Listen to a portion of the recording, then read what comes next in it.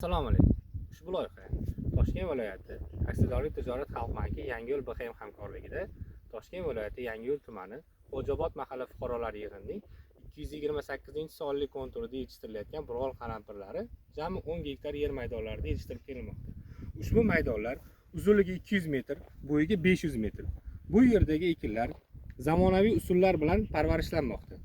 Hozirda ekinlar unib chiqib, hosil solgan holatida. Ekinlar yetishtirish 70 kun davom etadi. Yetishtirish jarayonida sug'oriladi, tabiiy va mineral o'g'itlar bilan oziqlantiriladi.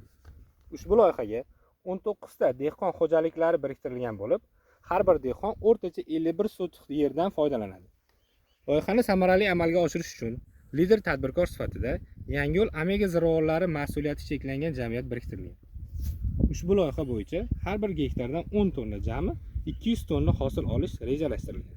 Mazkur ekin yig'ishtirib olingandan so'ng yuqori daromadli ekin turi ekish orqali yer egalarining daromadlari yanada oshirib boriladi.